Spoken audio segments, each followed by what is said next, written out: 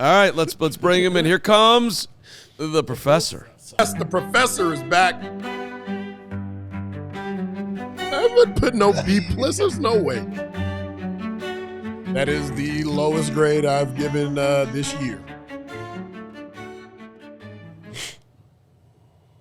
Gentlemen, listen, it was a great comeback. You know, I know the whole city was on fire, and we loved that. But listen, the standard's a standard. Standard's a standard.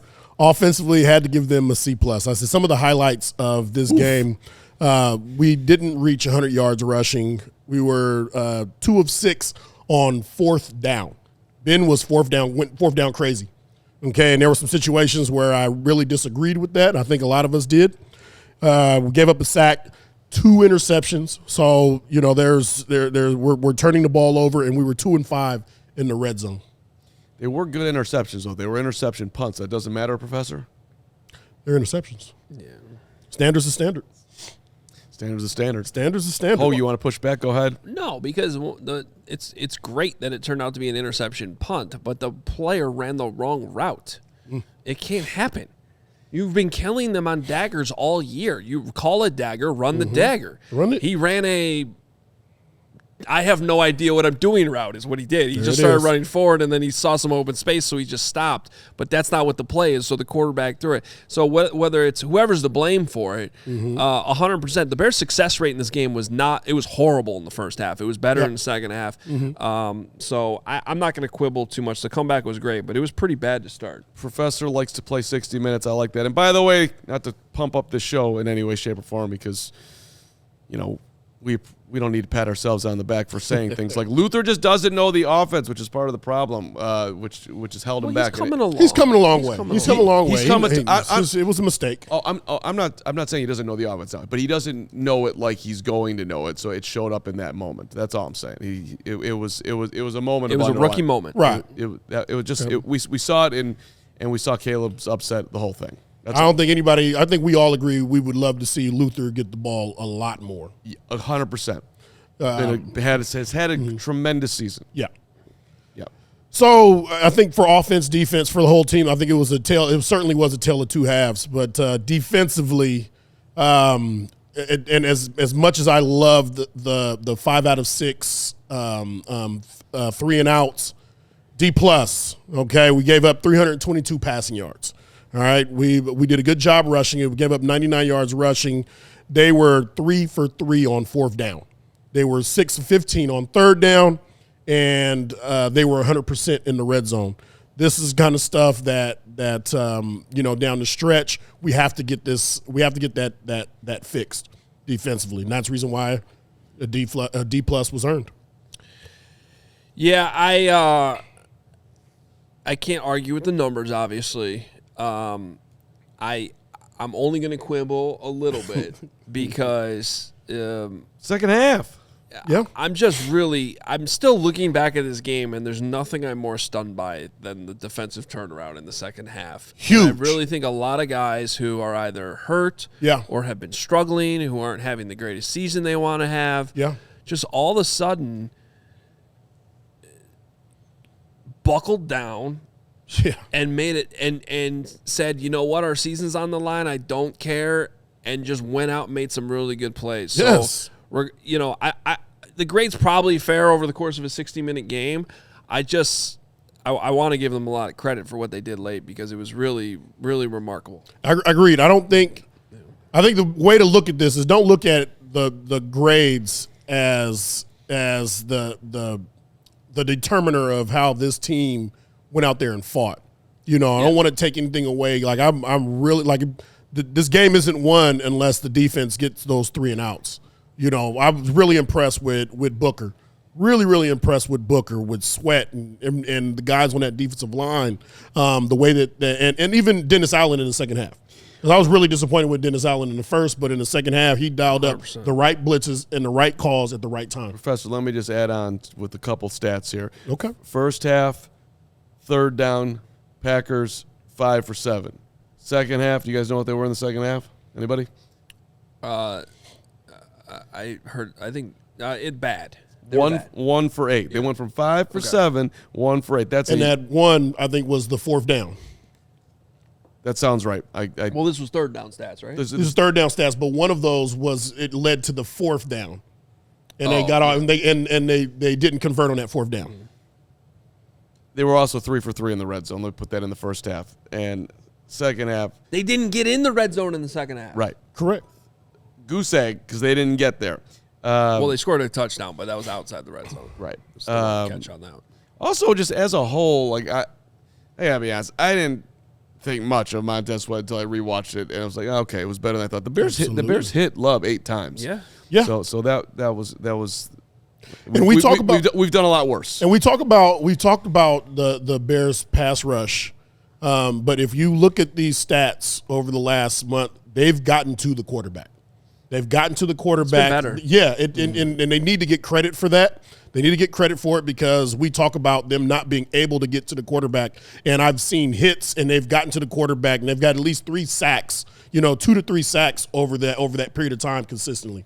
And I think there's going to be opportunities against the Rams this week. Yeah, no doubt. Special teams. Here comes Hogue. Here we go. Special teams gets an A. Okay. Yes. Listen. Good job, Duvernay, on the returns. Torrey Taylor had one inside the 20. But more than anything else, game-changing plays, the Packers couldn't make a field goal. They couldn't make a doggone field goal, and regardless of the situation, that is game-saving. That applies to this win because if they make those field goals, it's a different ballgame. And Ben Johnson credited the pressure that they were getting on field goals, and trust me, that does speed you up in terms of your process. Yep. When the snap, hold, kick, and your whole operation, when you're nervous about it getting, there was just a lot of factors. That you got the wind, you got the pressure, you got all this stuff, and the Bears just handled it better. And Cairo Santos was awesome.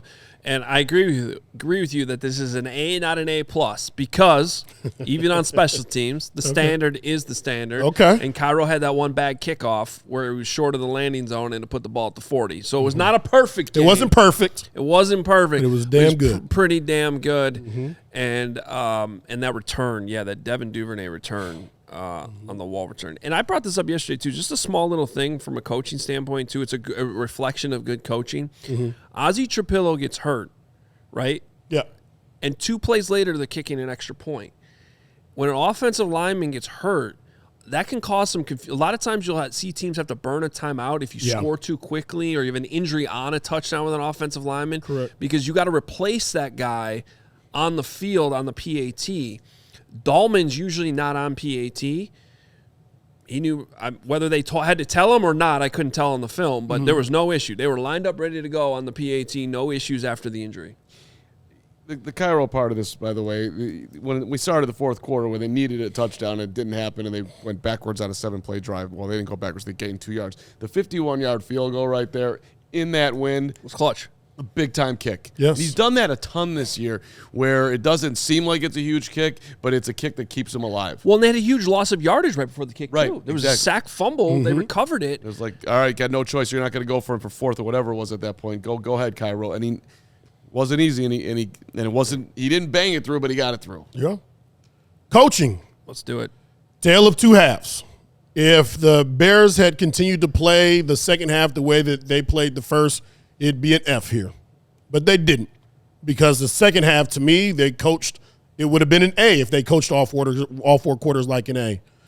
Therefore, I'm giving a C. There were some fourth downs that Ben went for, in the first half that it was a head scratcher for me. But the decisions that were made in the second half, really, it was a huge turnaround on both sides. There were things that Dennis Allen did in the first half that was a head scratcher for me. But in the second half, I was like, he's spot on right now. He's spot on. But even more than that, it's the way that they were playing.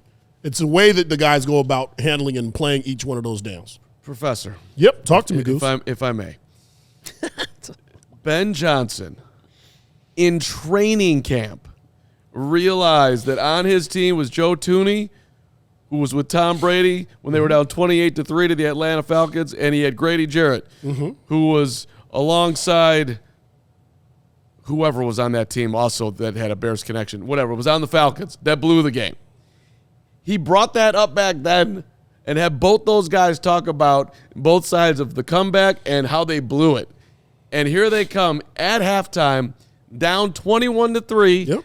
Biggest halftime deficit of the year. And he says to these guys, hey, you can be a part of the greatest comeback in Chicago Bears history. The Bears had not come back for more than 7 points in any playoff game ever. And you have to go back to 1963. 1963 for the time they did that. They won the NFL title that game. You're still covering them, huh? Yeah, I was. I was. Nice. The point is, he dialed up what he did in training camp, told them they could go do this. Dennis Allen made his adjustments. They came back. He called the DJ Moore play. They had Darnell right outside of the left tackle, and the Packers are yelling, screen, screen, screen, and then DJ slips through wide open touchdown. Yes. Professor. Yes.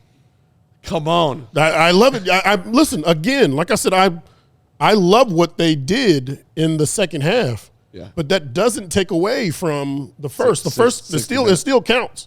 Okay. It still counts because if you do those genius plays in the first half, let that lead into the second half. It's straight A's. Right. It's straight A's. You know, we cannot grade a game when we leave that field. I know we feel really good, but when you step into the office, you know, when you step into the office and they say, all right, hey, this is what we did well, this is what we did bad. Okay, you don't get to grade it on 2 quarters. You grade it on the entirety of the game.